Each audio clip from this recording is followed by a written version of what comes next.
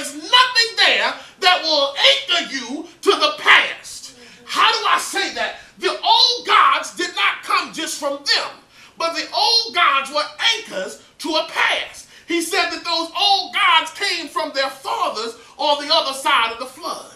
There's some habits, there's some behaviors, there's some issues, there's some struggles that we're still dealing with from our past that was the past before we were the present. What do I mean by that? There are some generational issues we're still dealing with. There's some family secrets we're still fighting with. There's some problems that have been problems since before we were participants, and we're still dealing with it. All right. But Joshua tells them to get rid of all the gods of their fathers that were on the other side of the flood.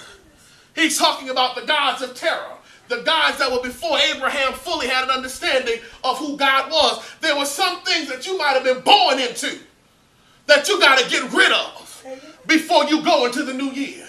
I don't care what your family history is. What they did, if there was abuse in the family, you can't bring that in the new year. All right. If there was alcoholism in the family, you can't bring that in the new year. If there was self-hurt in the family, you can't bring that into the new year. You got to get rid of all the old stuff. Yeah.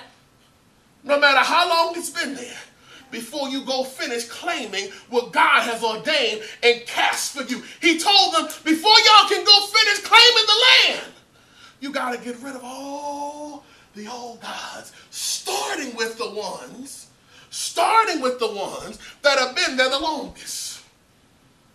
See, the hard thing for some of us to do is to go back and look at us. What am I doing that doesn't even make sense, but I just do it because we always did it that way? Do I not go to weekly service because we never went to weekly service? Well, I never was one that we weren't ever really big on reading the Bible. That's your family's issue.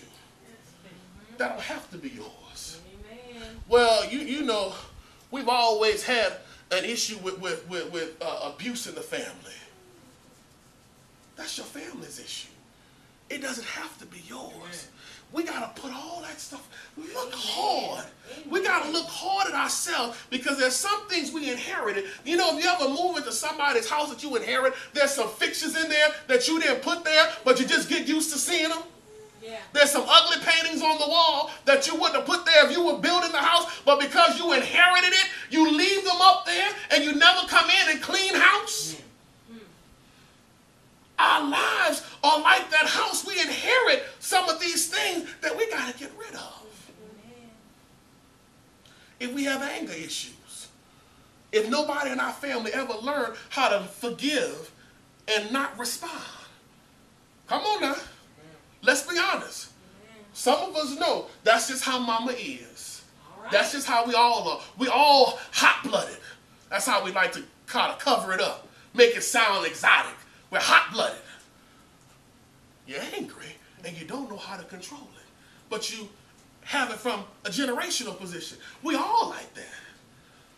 Don't make it all right. Amen. And if you're going to go into the new land, you can't go in with anger issues because there's some things you're going to have to deal with where you're going to have to be able to hold your peace in Christ and not respond to some stuff. But if you're still carrying that anger, it's going to hold you back from being able to claim what God has for you because your mouth and your heart are too spicy. We got to look at ourselves and check our houses, check our lives, check ourselves, and find out if there's some things that we've had generationally, that we've had habitually, that we've done consistently, that we need to stop immediately if we're going to proceed into God's prominent future. Amen.